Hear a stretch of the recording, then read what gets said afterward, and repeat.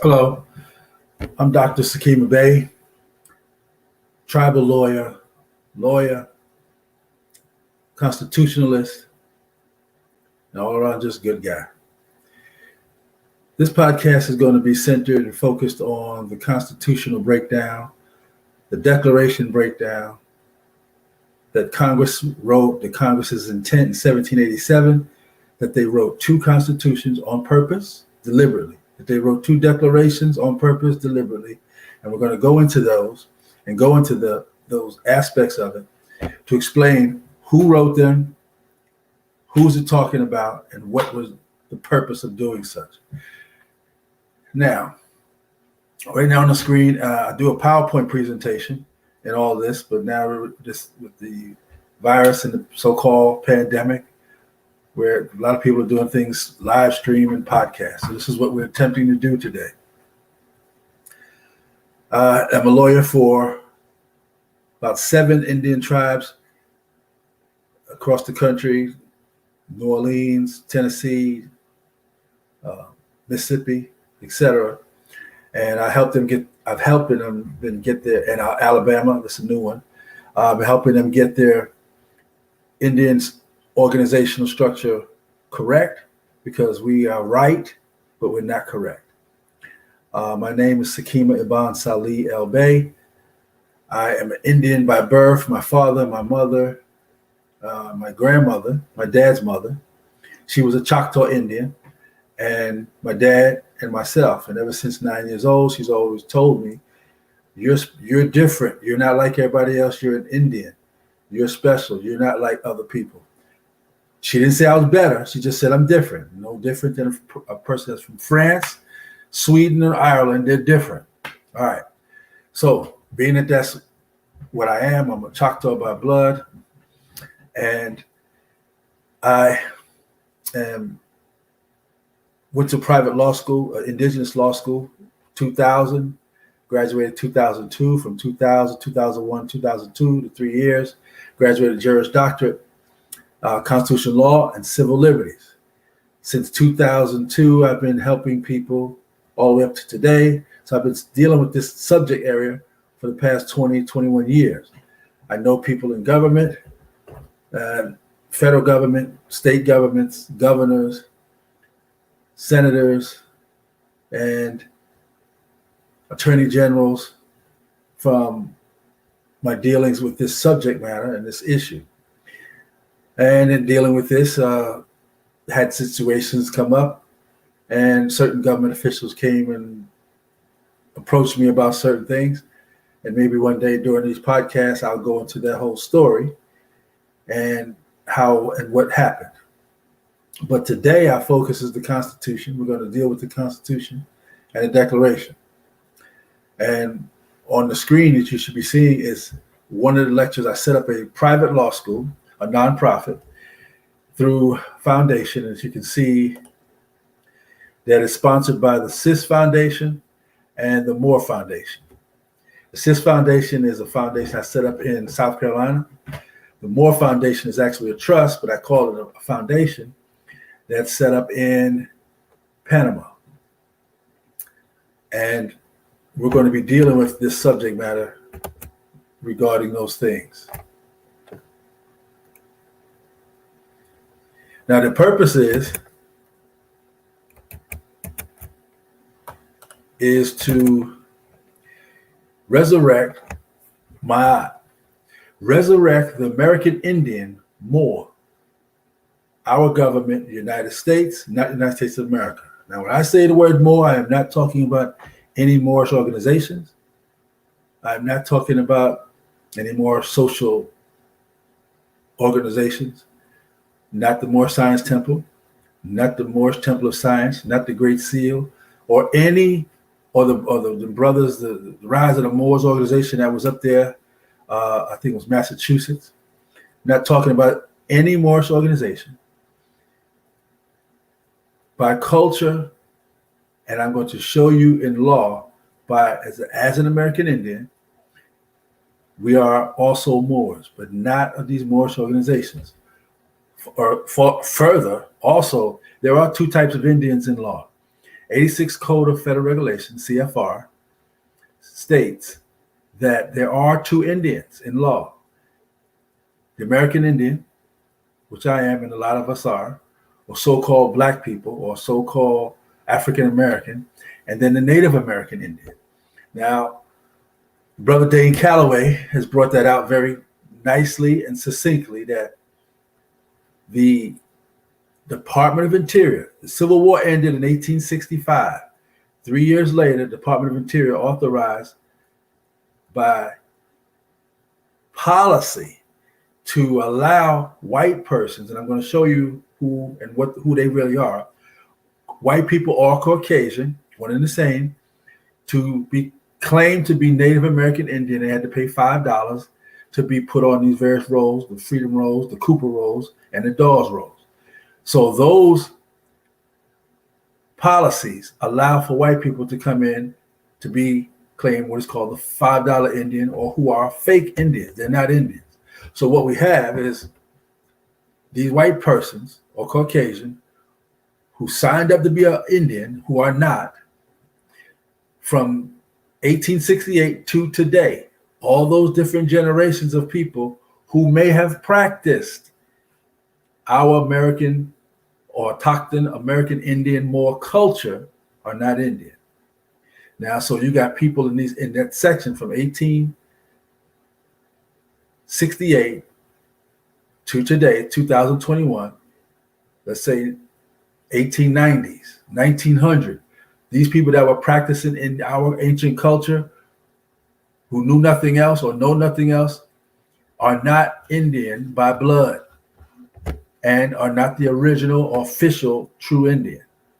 President Trump brought that out, and various other people. All right.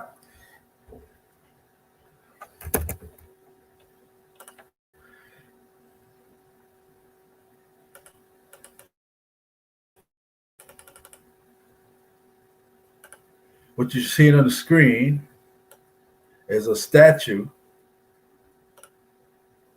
of a woman meditating. This statue is in downtown Philadelphia. And I put the caption in. It says, "I, my aunt," which is law, "am all that has been, all that is, or shall be, and no mortal man hath unveiled me." I want you to remember that there's a veil. What we're doing, the intent today is to remove the veil that has been put upon our face, that we can't see things about law, government, the Constitution, etc. This particular statue is called the Resurrection. It's created by some students at the University of Maryland, and this is in this particular picture showing this statue in the ground, which was at that time in DC. They moved at the park near the Thomas Jefferson Memorial. It's been since moved, and it's moved across over to Maryland, across the Potomac. And this is that picture of it today. The Jefferson Memorial, look at this picture to your left. You see the car in the background, and this picture is to your left, where the Jefferson Memorial actually is to your left.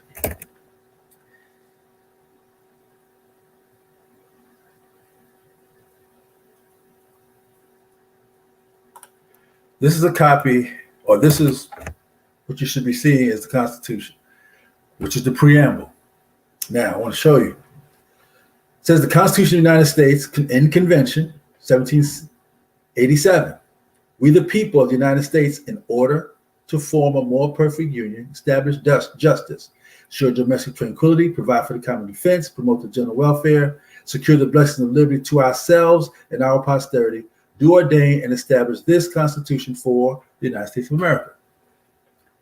Now, go focus on the first line. It says, "We the people of the United States," there's a comma after states, "in order to form a more perfect."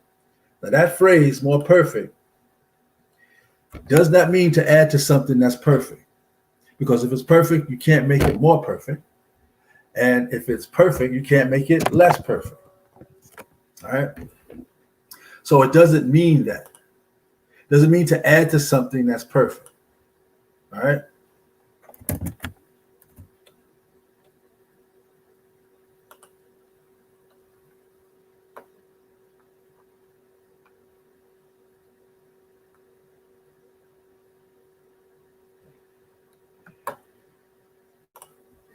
Now, in this one, this is a copy of Dictionary of Etymology. It's Dictionary of Etymology, The Origins of American English Words by Robert K. Barnhart. Take a good look at it. Dictionary of Etymology, Origin of American English Words. And the definition of more in this book, it says more. Before 1393, more, M-O-R-E, borrowed from the Old French, M-O-R-E, later mori, or directly from the medieval Latin morus, from Latin morus, from Greek marus, inhabitant of Mauritania and an ancient country in North Africa.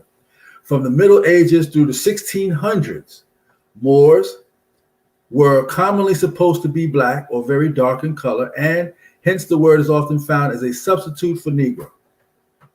So this definition in this etymology dictionary says that the word M-O-O-R before 1393 and until today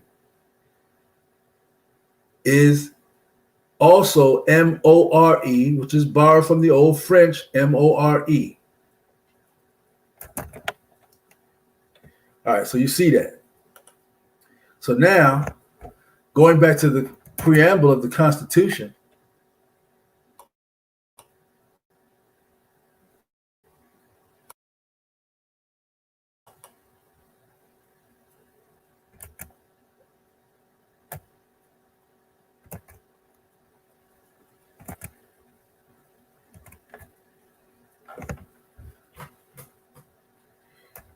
okay. It says, we the people of the United States, in order to form a more perfect. Now that word M-O-R-E in the preamble is the old French spelling for M-O-O-R. Now,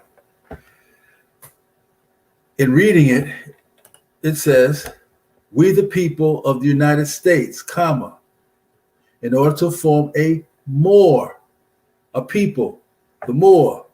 Now again, this is not associated with any Morse organization.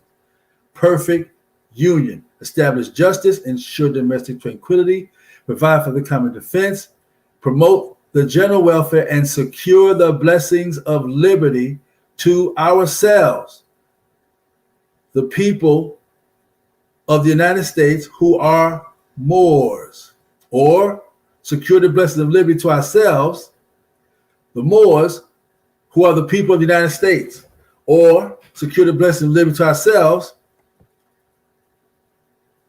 the United States who are the people who are Moors. So this phrase, so when in the preamble, when it says we secure the blessings of liberty to ourselves, this Constitution, writing in the preamble, was written for the Moors of the United States, who are the people that secured the blessings of liberty to themselves. Then it says, our posterity, our children, and we, the people of the United States who are Moors, do ordain and establish this Constitution for the United States of America. At the top it says the Moors, who are the people of the United States, ordaining and establishing this Constitution for the United States of America. So you have the United States and you have the United States of America. It's not talking about the one and the same. Because if you look at we the people of the United States, this has a comma after states. That means this was deliberate. It was done on purpose. To do, ordain, and establish this Constitution for the United States of America. All right? Now,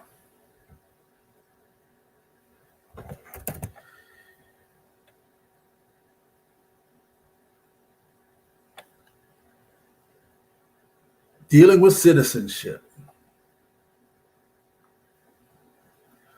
or dealing with who makes up the United States of America. All right? Now, on this script, this is the 4th edition of Black's Law Dictionary. And this definition is only in the 4th. And it's the definition that says free white persons. Well, who are free white persons?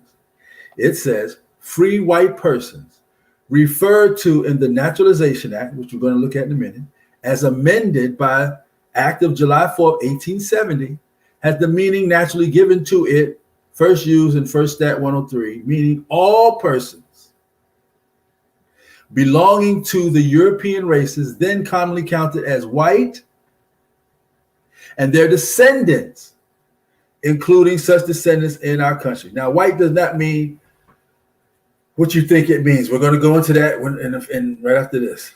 So, free white persons says it includes all European Jews, more or less intermixed with people of Celtic, Scandinavian, Teutonic, Iberian, Latin, Greek, and Slavic descent.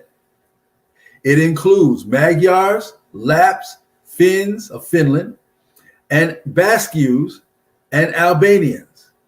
It includes the mixed Latin, Celtic, Iberian, and Moorish inhabitants of Spain and Portugal, the mixed Greek, Latin, Phoenician, and North African inhabitants of Sicily, and the mixed Slav and Tartar inhabitants of South Russia. It does not mean Caucasian race. Then it goes to Aryan race, Indo-European, all these other different ones. But we stop here. We just want to show you that it does not mean the Caucasian race. So the free white person basically are all the mixed mulatto Moorish inhabitants of Europe, the mixed Jew, Celtic, Scandinavian, Teutonic, Iberian, Lapps, Finns, Greek, the Magyars, Lapps, Finns, the Basques, and Albanians.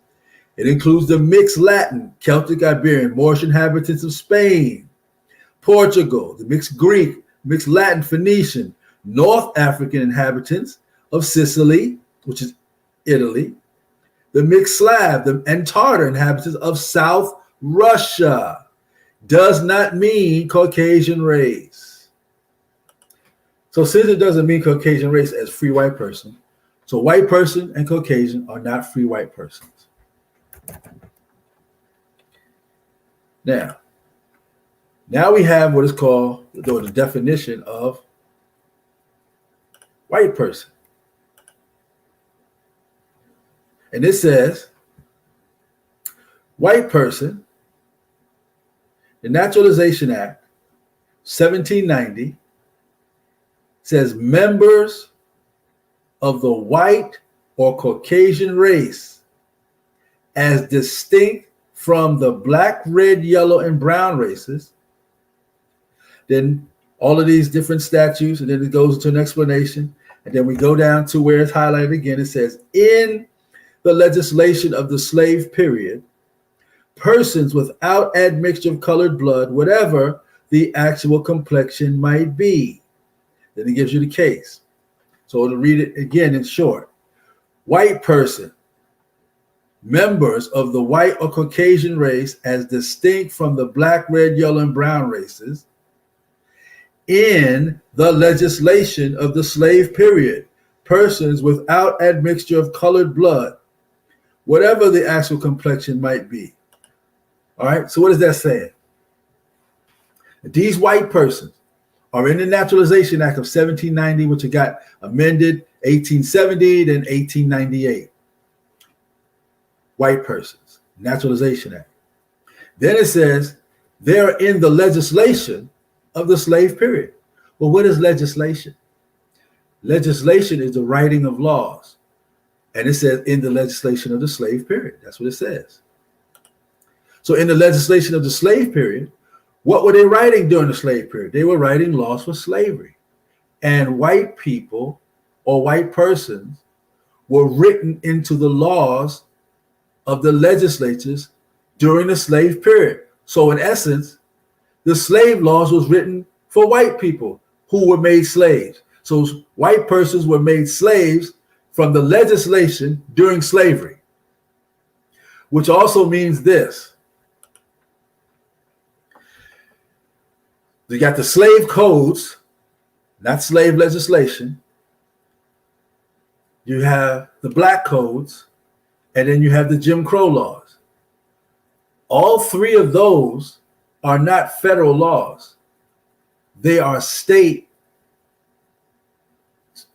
implementations of actions. Slave codes, the black codes, and the Jim Crow law, all at a state. So these things that they put against the so-called black people were all state codes that were implemented on so-called black people during the time, who are the American Indian Moor. So those codes, the slave codes, the black codes, and the Jim Crow laws were not federal. The Congress of DC during the Naturalization Act, that was written by the federal Congress in DC in the legislation of the slave period. That was federal Congress in Washington, D.C., the Senate and the House wrote laws for white persons, making them slaves. So the laws, the federal laws of the United States of America was written only for white people, white persons, white or Caucasian race, not black people, so-called black, so-called African American. So what you're seeing today with the militias, the Proud Boys, and all these other organizations, they have found out that they are slaves. And they've always been slaves. And after the Civil War ended in 1865, they were never released. Where they say slavery outlawed, or the Constitution outlawed slavery, they were never released. They're still slaves to today. So this is another issue that's been going on. On the next podcast, I'm going to upload, because I don't have the time to do it today while I'm live, to upload 1862. Remember, 1861, the Civil War started. The Civil War didn't end until 1865.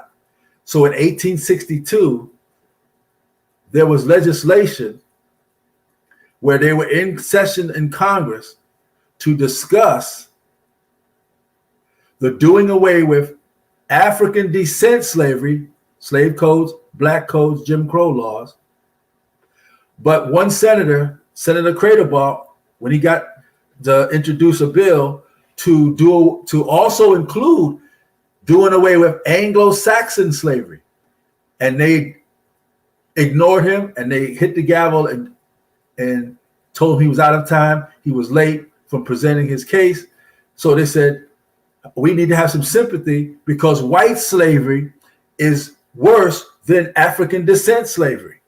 And we need to have some sympathy for our Anglo-Saxon white persons. This is in the congressional laws. And I'm gonna pull it out. I just forgot to upload it. And they said no. They hit the gavel. They said the gentleman is out of time. So they never argued the issue. They voted, had slavery of African descent, black codes, Jim Crow laws, and the slave codes terminated, but they never erased and stopped slavery for white persons, Anglo-Saxon slavery. So they never got freed. And that's an issue that was going on today. Now,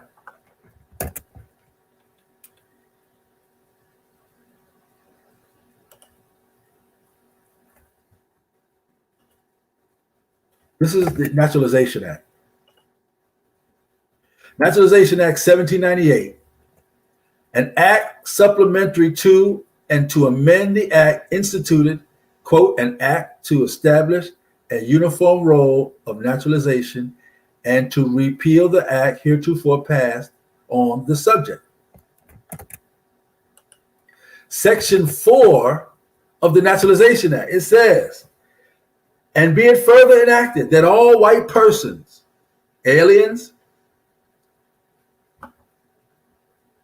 accredited foreign ministers, consuls, agents, their families, and domestics who are accepted, exempt them, who after the passing of this act shall continue to reside, or to who shall arrive or come to reside in any port or place within the territory of the United States shall be reported if they're free and of the age of 21 years by themselves, or being under the age of 21 years, or holding in service by the parent, guardian, master, or mistress in whose care they shall be, to the clerk of the district court of the district.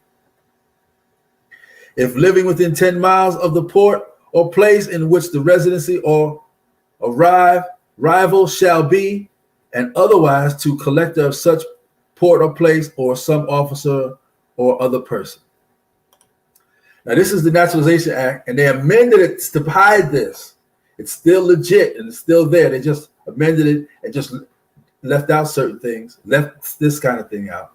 So all these white people from 1700, 1800 to today are slaves, because federal laws was written for them. And it's not federal law to put so-called black people in slavery was never written. So-called black people, American and African-American and Negroes were made slaves under state law. Black codes, slave codes, and the Jim Crow laws. That's all state. That's not federal. The difference or the problem is we're in the wrong United States. We're in the one that has nothing to do with us. And that's part of the problem, because we don't know which one is ours or where we're supposed to be. Now, I'll show you again.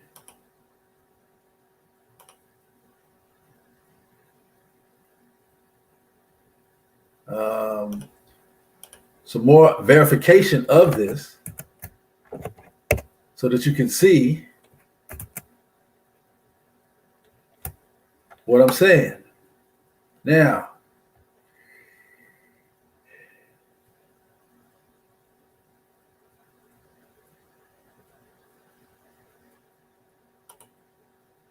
at the Constitution, the writing of the Constitution, our ancestors wrote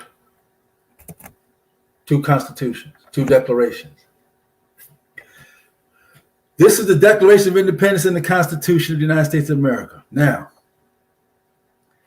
this is copies of the original that was written 1787 that I got from the archives, from the United States Archives in Washington, D.C. And in it, it says, and you can see,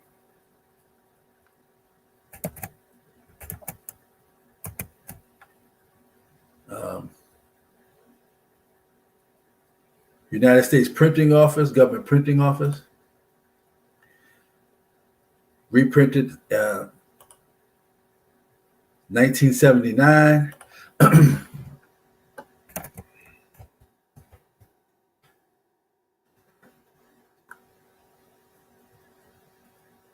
Now, I don't know if you can see as I scroll, but it was by House Concurrent Resolution 65, which means the House of Representatives and the Senate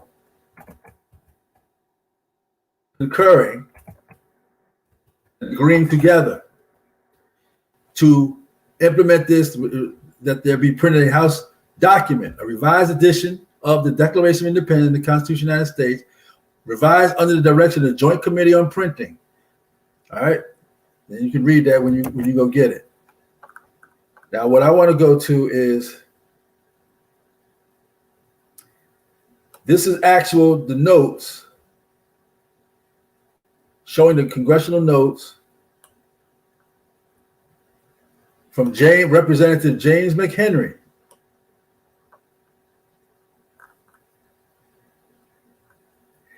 Dealing with the note regarding the typographical style, dealing with the Declaration. Now, I'm going to read it. Declaration of Independence is here reprinted in accord with the text and typographical style of the original printed by John Dunlap at Philadelphia for the Continental Congress, which on July 4th, 1776, ordered, quote, that the Declaration be authenticated and printed, that the committee appointed to prepare the Declaration superintend and correct the press, unquote. The first copy of the Declaration as printed by Dunlap was attached by wafers to the manuscript journal of the Congress in a blank space provided for that purpose under the entry, quote, the Declaration being again read as agreed to as follows, unquote, and thus became the approved and official text.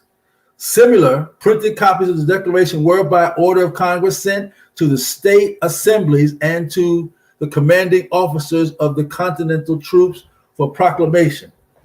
In a letter to General Washington dated July 6, which was 2 days later after they finished it, 1776, John Hancock, the President of Congress, enclosed a printed declaration and stated he had been directed to transmit it for proclamation at the head of the army, which Washington was at the time. The text of the printed declaration and the engrossed copy in the Library of Congress are identical. What? Let me read that sentence again. The text of the printed declaration and engrossed copy in the Library of Congress are identical. Two minor corrections having been made in the engrossed copy to conform to the original printed copy. Although both the printed and the engrossed copies are dated in Congress July 4, 1776, the Declaration was not ordered engrossed until July 19th. And afterward, the engrossed copy was signed by John Hancock and 55 other members. The copy ordered, printed, and proclaimed on July 4th has only the printed signatures of John Hancock as president and Charles Thompson as secretary.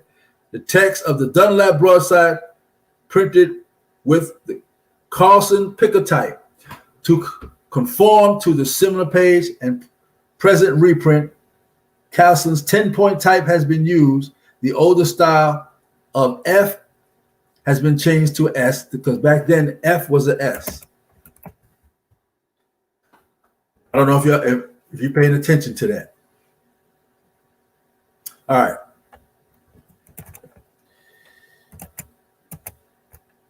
Now we're going to talk about that. That was the Declaration.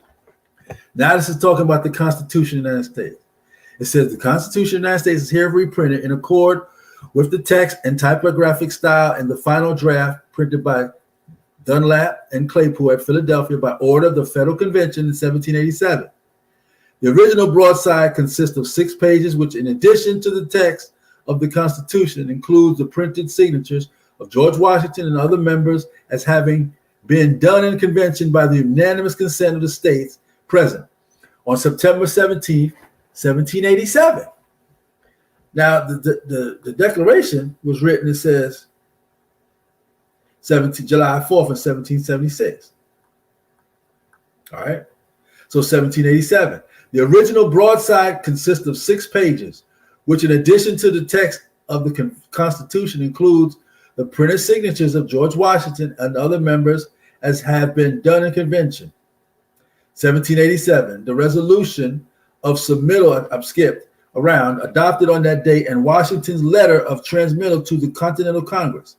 A copy of the broadside, which James Madison authenticated by writing thereon, quote, as finally agreed to by the convention, is preserved with this convention records in the Library of Congress. A similar copy with notations in the handwriting of Edmund Pendleton, president of the Virginia Convention, who ratified on June 26, 1788. It also been deposited in the library. In addition to printing the official draft for the convention, Dunlap and Claypool used the same type for the first publication of the Constitution in their Philadelphia newspaper, quote, the Pennsylvania Packet and Daily Advertiser, unquote, on September 19, 1787.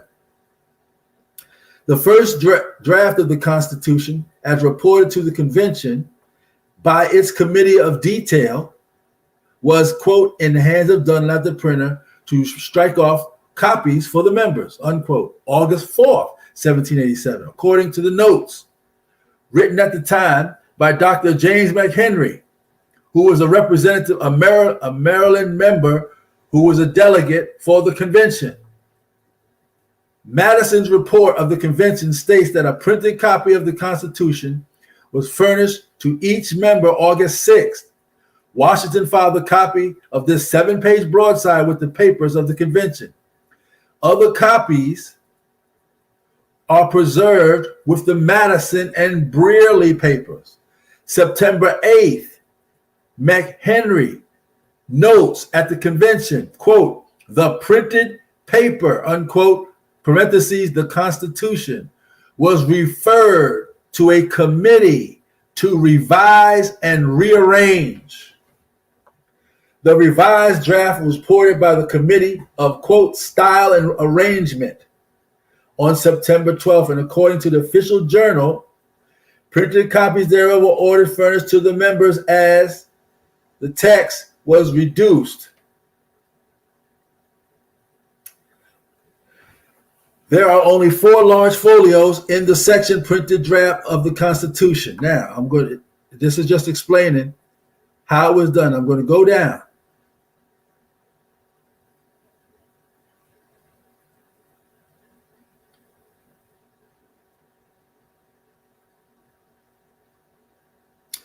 Where it says right here, the third and final draft of the Constitution was ordered printed by the convention September 15th.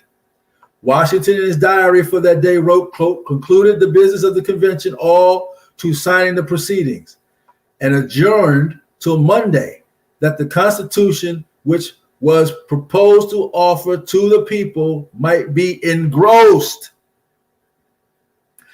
and a number of printed copies struck off, period.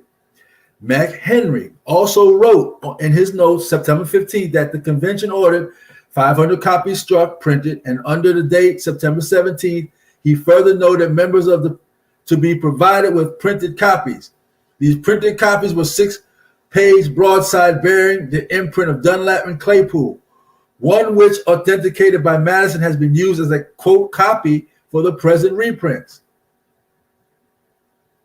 The printed draft of the Constitution as amended and agreed to September 15th was then, according to Madison, ordered to be engrossed. The engrossed copy was signed by members in convention September 17th, the date of the final printed broadside. The texts of the printed and engrossed copies are identical, several minor interlineations having been made in the engrossed copy to conform to the printed text. Now, it was a lot, but these were the notes from Senator James McHenry, Senator Dr. James McHenry, Maryland member of the convention, who took his notes and in front. This is what I was just reading to you. These notes from him showing that there were 2 declarations written and 2 constitutions.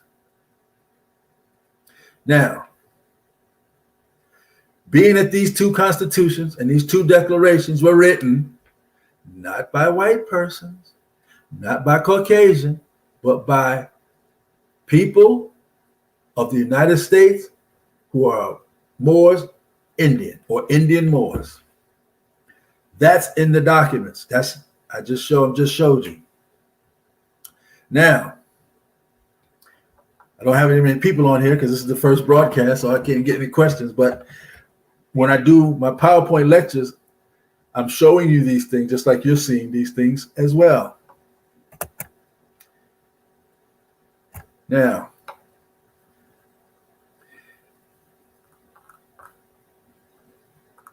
if you look at this seal,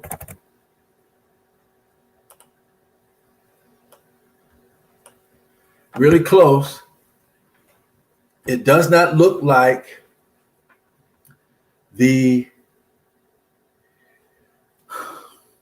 seal that we see today, put it that way. And it says the first seal, right? And if you can see the date, I'm going to try to make it larger. It says 1782.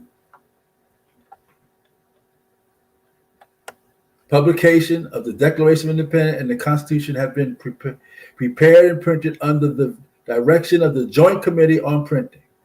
That's the seal that I have on my IDs, and that's the original seal for the United States, not for the United States of America. Now, let me show you some more here.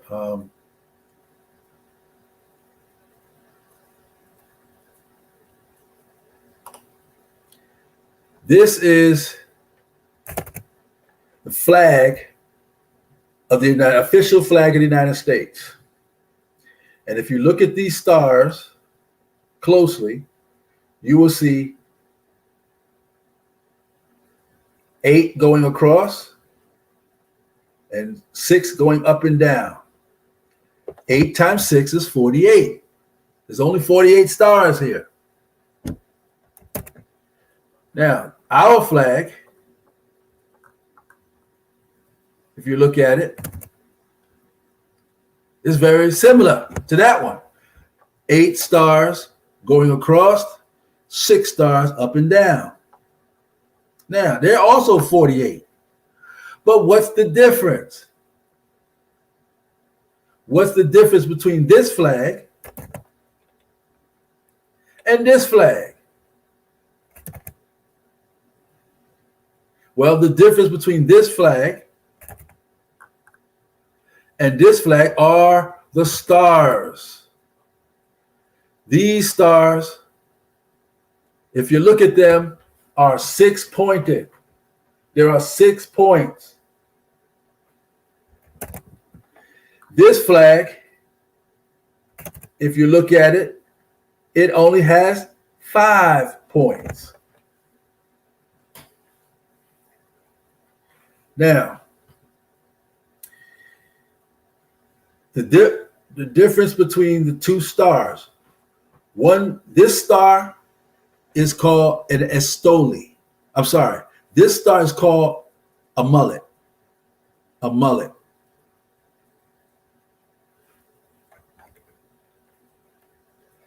And this star is called an estole. Looks like the so-called Star of David, which don't have nothing to do with David, but it does have to do with our ancient ancestral spiritual system that the American Indian Moor was also practiced ancient Hebrew. So all of that about us being the lost tribe, and all that's fact, all that's true. So the so-called Jews stole our religion or our spiritual system and created what's called the Star of David. We are the original Hebrew. We practice ancient Moorish American Indian metaphysics.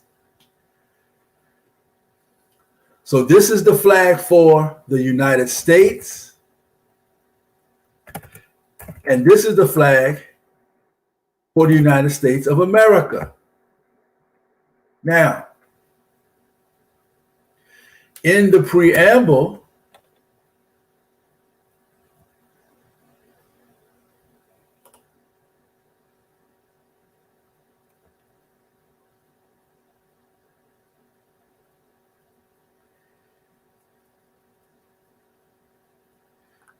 Let me go back to that.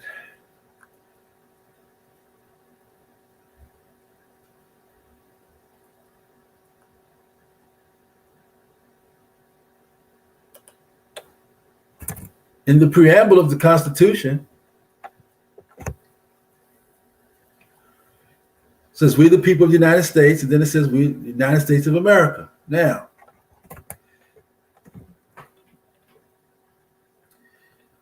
Article 4, Section 2 of the Constitution says this: the citizens of each state shall be entitled to all privileges and immunities of citizens in the several states. Now, this word "of" you can take and transpose from "of" to "like." All law is written on a 7th grade grammar level. 7th grade grammar level. Meaning, singular means plural. Plural means singular. Feminine means masculine. Masculine means feminine. Which means this. Let's say there's 5 of us in a room. 5 individuals making up one group. Singular means plural. And let's say there's outside, there's 30 people, 30, 40 people outside. That also, those 30, 40 people make up one group. One group. So now, what we have in Article 4, Section 2 of the Constitution, the citizens of each state. Well, how many citizens? It don't say. Well, how many states? Each state. Well, how many is that? It don't say. So we know that even though it doesn't say, pursuant to the rules of English grammar, citizens of each state means one group of citizens from each state, which this all makes, citizens of each state makes up one group. Then it says, shall be entitled to all privileges and immunities of citizens in the several states. Well, citizens in the several states, well, how many states? I don't know. Several. Well, how many citizens? I don't know, but citizens. So this citizens of the several states makes up another group. So we have 2 groups. Citizens of each state, one group. Citizens of the several states, one group. So that's 2 groups. 2 groups. Citizens of each state, one group. Citizens of several states, one group. 2 groups.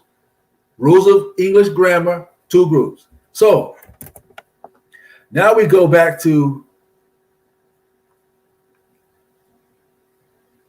if we go back to the preamble of the Constitution, as soon as it starts buffering,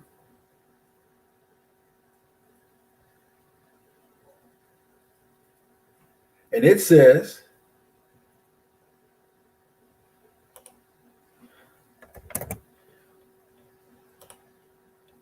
the Constitution of the United States, then it says, we the people of the United States. And then it says, do ordain and establish this Constitution for the United States of America. So we have the United States, we have the United States of America. So that's how many United States? That's 2 United States, which is 1 United States from the people who are Moors, and then they did something. They ordained and they established this Constitution that was given to the United States of America. So you got the United States, the United States of America. So now, 2 United States, United States, United States of America. Article 4, Section 2, 2 states, 2 citizens. Citizens of each state, one group. Citizens of the several states, one group, which is 2 groups. So the citizens of each state, citizens of the several states. Now, according to the preamble, then, the citizens of each state would be in the United States of America. And the citizens of the several states would be in the United States. The citizens of the United States are the Moorish American Indian, who are the people, and they're of the United States. Where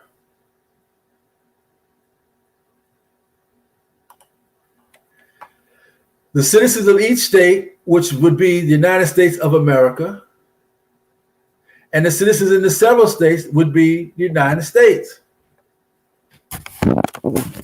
So the citizens of each state shall be entitled to all privileges and immunities of like the citizens in the several states. So the citizens of each state, United States of America, they are now entitled to privileges and immunities like the citizens in the several states. That's what it's showing you. All right. Citizens of several states, the Moors of the United States, American Indian Moor of the United States, already had privileges and immunities. And the citizens of the United States of America, they are now entitled to get it. So with this whole thing in mind, we got two United States. United States of America. We got two flags. The 48-star flag of each, one with a 5-star, one with a 6-star. The 6-point star is called an estole. Estole. And it's spelled estole. And the 5-point star is called a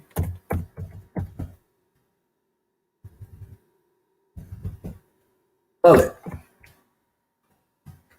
Now the 50-star flag of the United States of America, with the 50 stars, that star is called a spur.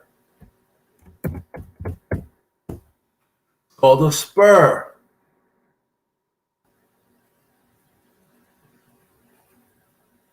All you gotta do is go get a 50-star flag and go look at it.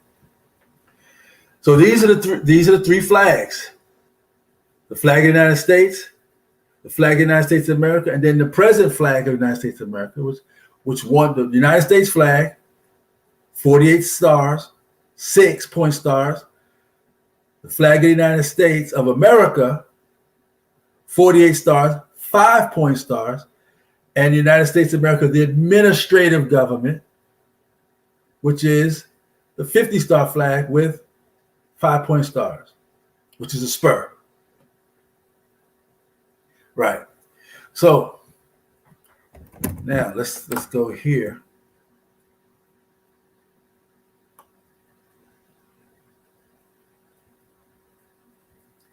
I want to show you some pictures that I took when I was in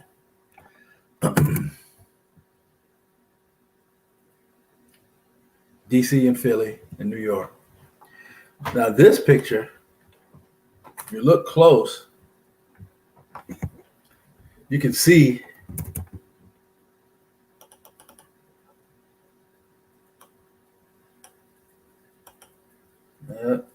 too far.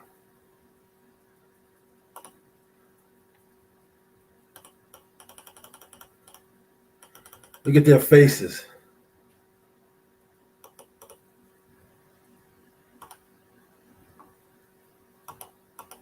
That's the wrong way.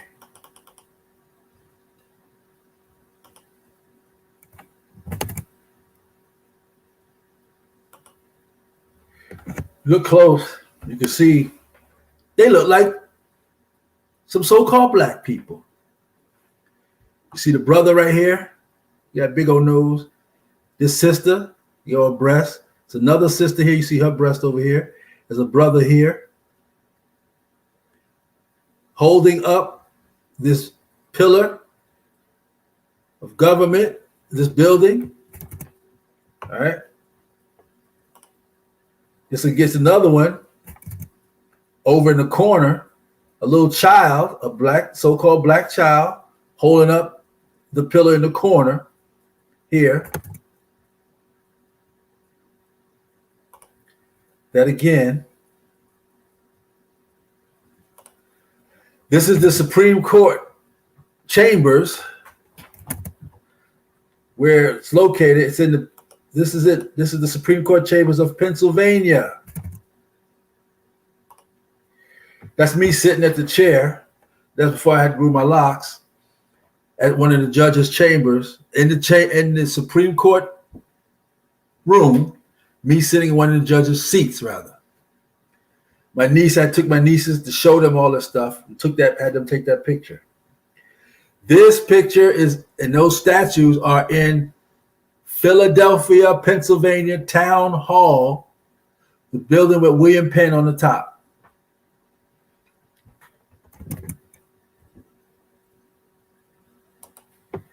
This is a statue outside of a government building. If you notice if you look real close, you can see he looks like a brother.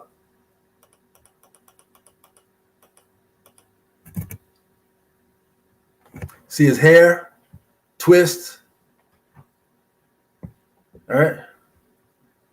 And if you look even closer, look at his feet. That's a leg. And it is actually, what is that? It looks like to you.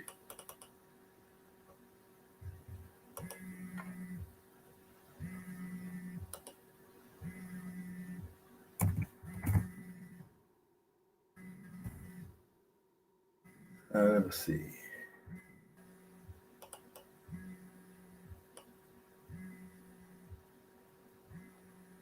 You see a better picture of him right there. His feet. His feet is a fin, a fish fin.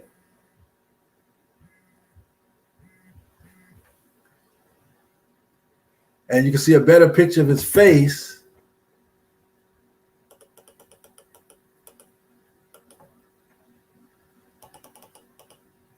With his hair. He's blowing into his shell. All right.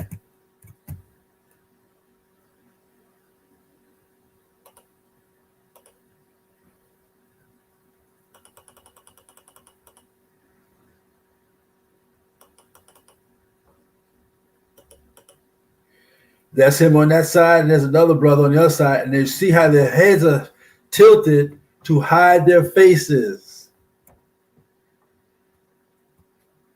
Macomes, that means grandfather in Spanish. Or who are the Lenabe, the Lenabe, the original owners and creators of the Constitution and the Declaration.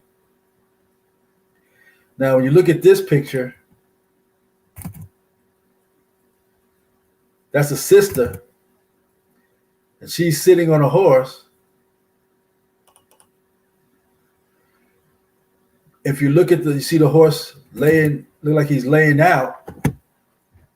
There's two front legs here and here, but his body and his back legs go and make out to be a fish fin. And this particular statue exhibit, I was here in the wintertime. And it has water in it. In the summer, they put the water in. In the winter, they take it out. So in the winter, you can see everything. But in the summer with the water, you can't tell if you have never seen it in the wintertime, where the legs of the brothers on the side and the back legs of the horse are fish fin, because these are the original meaning or represents the original Atlantean people, who are the Atlanteans of Atlantis, who are the same people of the United States. We the people of the Moors, the American Indian. And before Atlantis, there was a place called Lemuria. And Lemuria is where they got the story, the Black Panther, from. There was actually a place that was just like in the Black Panther that was hidden from society.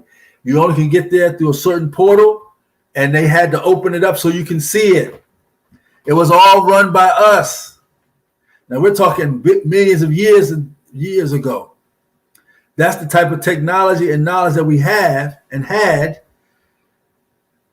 for Lemuria. And what, just like in the movie The Black Panther, certain people of the nation wanted to share the technology with the world, but the world was not worthy or not ready for it. Just like Dr. John Henry Clarke said, it took us about 4 generations to teach the Greeks. And even then, when we finally found a race of them to teach, we gave them the watered down version. That's what Dr. Clarke said. And then like Bobby Hemmett says in a lot of his lectures, he says that we studied the stars for 40,000 years before we even told anybody. So in the movie Black Panther, Wakanda, it was actually called Lemuria. And just like in Wakanda, a lot of people wanted to share the technology, and the others didn't. The queen and the prince, all of them didn't want to because they weren't ready. So it got out in the fashion, and when it got out, it destroyed a portion of the earth. So the Lemurians had to flee with the remaining part of the technology because Lemuria got destroyed, and the Lemurians went and created the place called Atlantis. And these pictures in front of this government building represent those people who are the original Lemurians, who are the Atlanteans, the fish people. Aquaman, that's all really relative. That really is us. And here's another picture. You look and see the brother's feet here, a fish fin. That's on the other side. And on the other side of the exhibit, the front part of the horse, and you see the back tail, it's a fish fin. And the way the horse is laying, it looks like he's falling, but no, when the water's in this particular exhibit, the horse is swimming. What he's doing, he's swimming on that side and on that side. See, he's laid out and she's just riding while the horse is swimming with his fin and his back legs. That's what he's doing. And see, here's the full exhibit with no water. And notice what you see. Here's the water line. You see the white water line on this turtle. What you see is what? Turtles. Turtle Island. Represent Turtle Island. And then you got the Kundalini energy, the serpent, sitting in the front.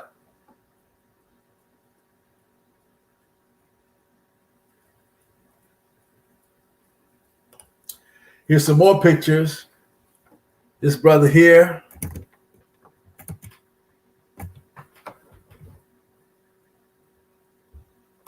That one. That one. That one. And notice this one. Now this is the Emperor Goddess. Now she is sitting on the throne in a meditative pose. Her eyes are deliberately closed with her fez and her locks on both sides. And they're bowing down to her, the Indian chief, the person behind her. See, her hands is on her knee flat while she's meditating with the Al-Mahdi symbol, the breastplate of righteousness, and there's a smaller version of herself on her lap.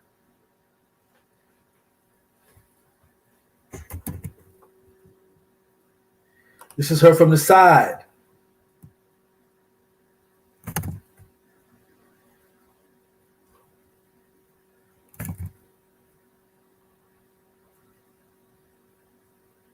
And this is another woman who's on the other side of that exhibit with a full Indian chief with his full headdress. This woman here represents the United States of America. And she's being monitored and watched by American autochthon Indian Moor to make sure that they're operating the government in the proper training that we gave them.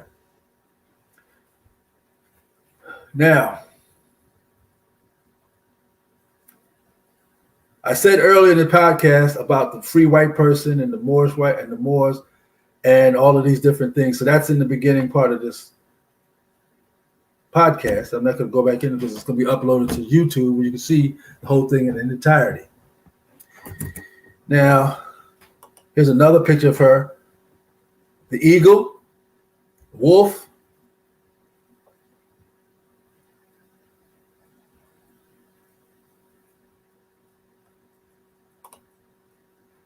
she's resting her arm on the head of a sphinx, representative of you people, us people of the United States. Her other arm is on the other statue is rested on the head of a lion. He's helping her. He's giving her his head to lean on. And this exhibit is in front of this building, United States Custom House, which is in New York City. Now, these other pictures that I showed you, these here, this is in front of the Library of Congress in Washington, D.C.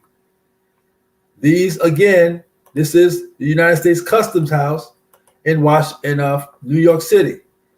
This is Philadelphia. These pictures are in Philadelphia, the Library of Congress. Now, I want to show you this last thing before we end for the day.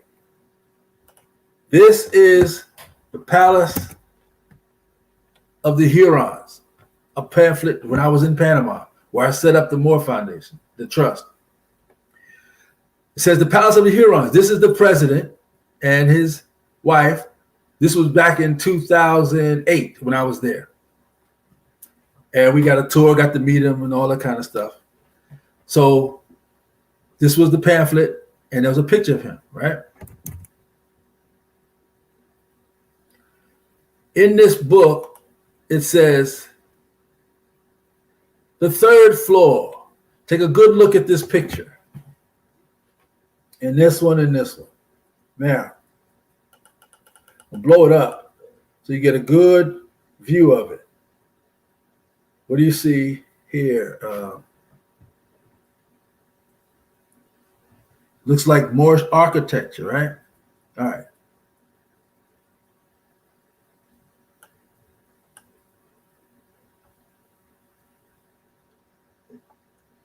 Says the third, and there's the 6-point star in the ceiling, which goes on our flag of the United States.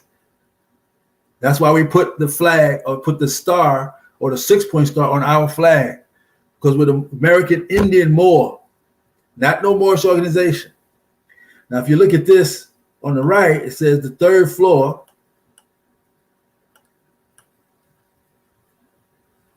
Now, if you can read that, it says,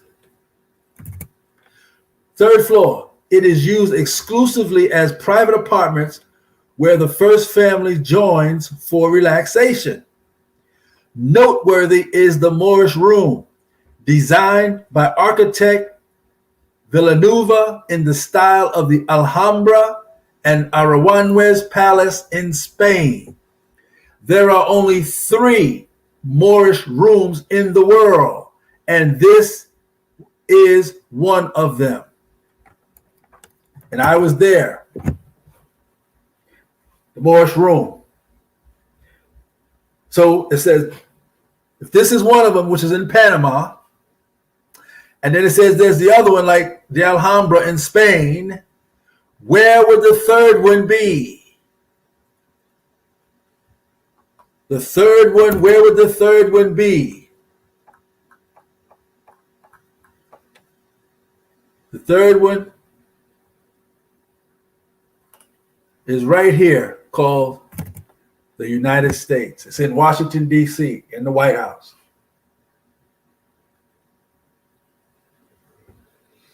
Yeah, they did just chill out in our room. Yeah. So the three more rooms, one in Panama, one in Spain, and one in the White House in Washington, D.C.